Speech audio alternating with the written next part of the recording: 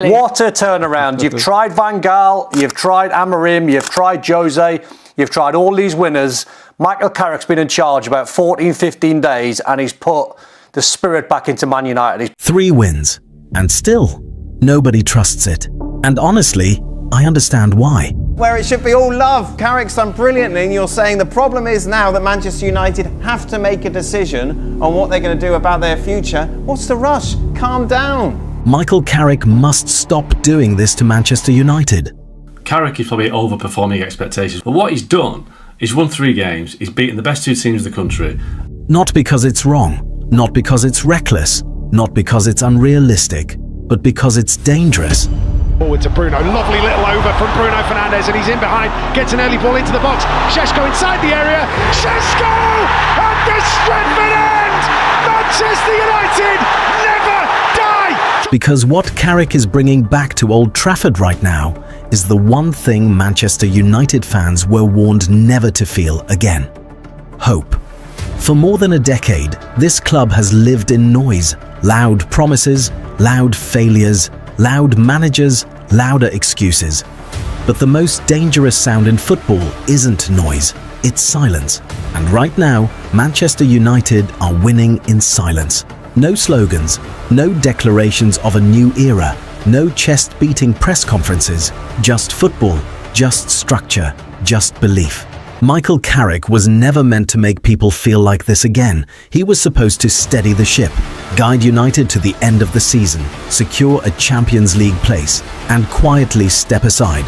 That was the plan. When they hired him, the objective was stabilise the ship, get us into Europe, top 6, and then we can move you on, or we say thanks for your help and we'll get a coach in the summer. But plans change when reality starts to look familiar. Because suddenly, fans are watching United and feeling something strange. Calm, control, confidence.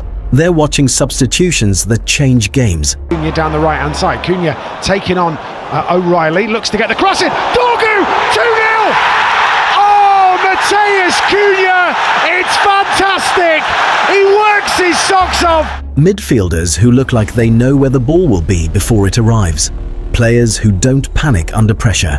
Big problem for Manchester United. This is Mateus Cunha!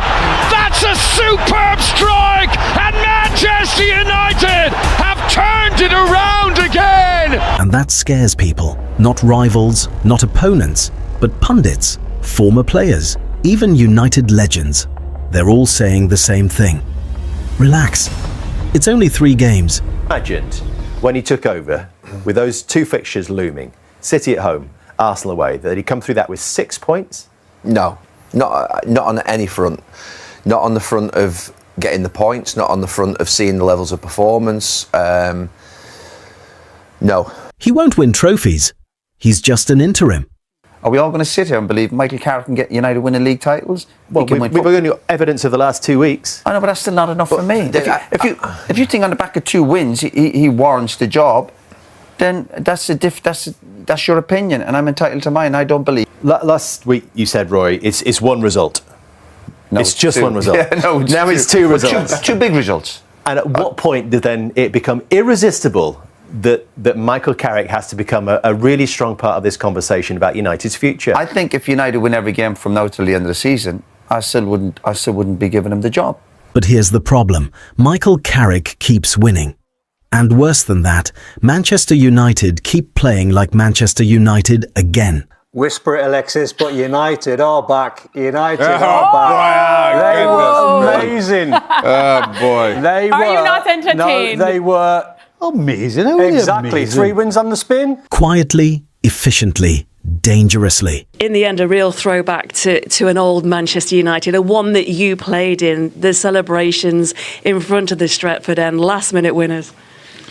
Yeah, I've said it before the City game. I think it's a special place, this, and it was special things. And credit to the boys. You know, we knew today was going to be a really tough game, and getting questions all week about breaking down a low block and beating teams that you should beat. To understand why this feels different, you need to understand why Michael Carrick was never supposed to matter.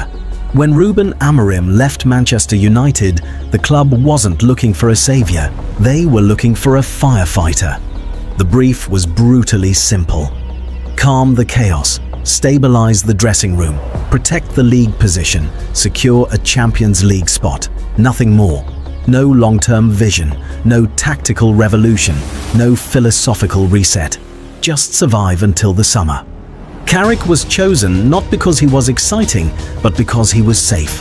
A former player, a calm presence, a man who knew the club's DNA, someone who wouldn't rock the boat.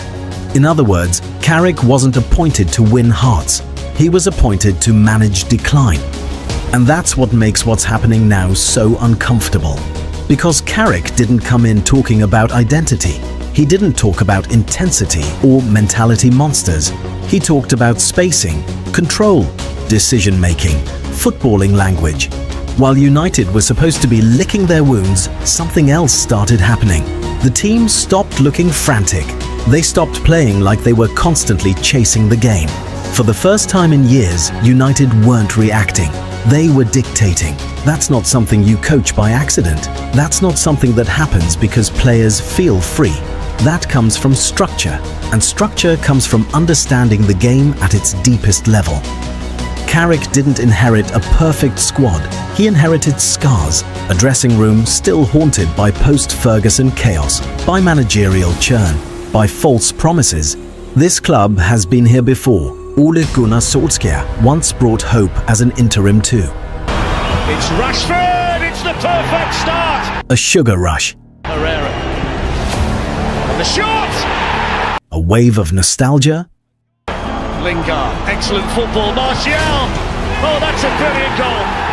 That is superb from... A magical night in Paris. How's your bottle?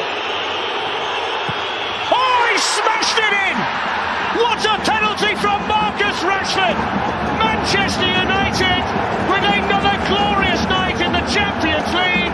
United heading through to the quarter-finals. When Ole Gunnar Solskjaer arrived as Manchester United's interim manager, the league felt something familiar.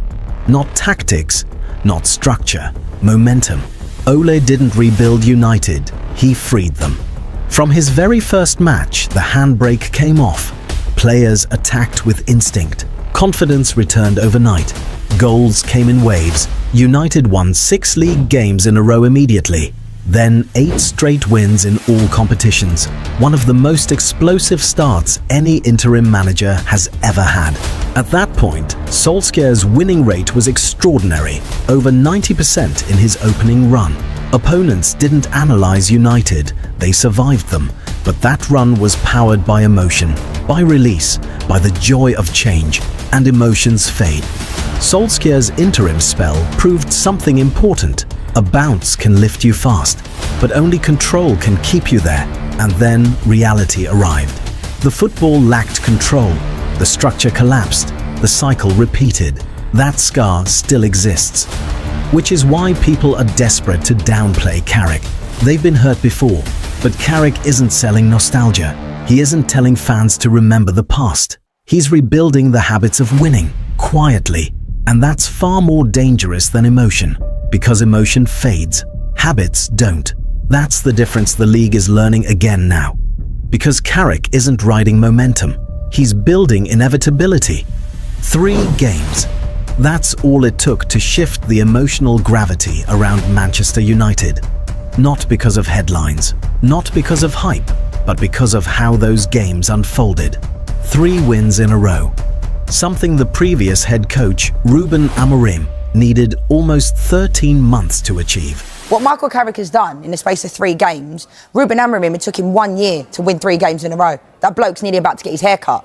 You know what I mean? I was going to ask you, what's he going to do? Imagine we'll get to 4 games in it. But And yet, under Carrick, it happened almost unnoticed. That's the most important detail. These wins didn't arrive with fireworks. They didn't arrive with viral press conferences. They didn't arrive with declarations of dominance. They arrived with control. United didn't look desperate to score. They didn't throw bodies forward blindly. They didn't rely on moments of chaos. They built pressure patiently. They managed space intelligently. They knew when to slow the game down and when to accelerate. This wasn't survival football. This was composed football. And suddenly, fans weren't just celebrating goals. They were watching patterns. They were seeing midfield rotations. They were seeing wide players tucked in at the right moments. They were seeing substitutions that changed the rhythm of games. And that's when something dangerous happened. People stopped saying, "We won." They started saying, "We played well." That distinction matters, because anyone can win a match. But when fans start enjoying the process again, when they start trusting what they're seeing, that's belief forming. And belief spreads fast. No one at Manchester United is saying the name Sir Alex Ferguson out loud. But everyone feels it, not in the style, not in the era, but in the mentality. Ferguson's greatest strength wasn't tactics, it was timing. Knowing when to change a game, knowing when to protect a lead, knowing when to strike. Carrick's substitutions feel familiar, not reactive, not panicked, calculated. Players come on with instructions, not hope. United don't chase games emotionally. They manage games intellectually. That's old United. That's the version of Manchester United the league learned to fear. Not because they were always better, but because they were always clearer. If you want the truth about Michael Carrick, don't look at the scoreline. Look at the midfield. Suddenly, midfielders are receiving on the half-turn, playing forward under pressure, trusting positional discipline.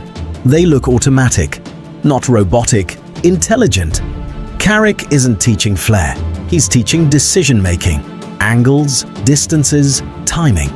This is a former elite midfielder shaping the game from the centre outward. And it's working. Because when the midfield is calm, everything else follows. Let's be honest.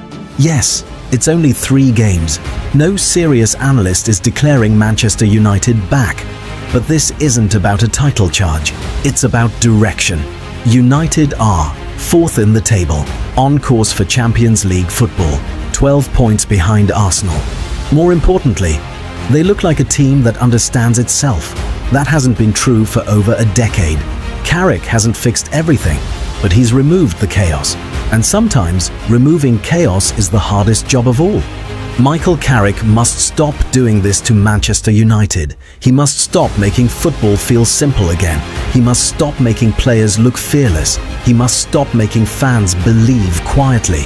Because once belief becomes calm, once it stops being emotional, it becomes powerful. Maybe Carrick doesn't lift a trophy this season. Maybe this run ends. But something has already changed. Manchester United don't look lost anymore. They look clear. And clarity is how dynasties begin. So here's the real question. Is Michael Carrick truly just an interim? Or is he becoming something far more dangerous? A Manchester United manager who understands what this club has been missing all along. Comment below. Is this finally different? Or are we right to be afraid of believing again?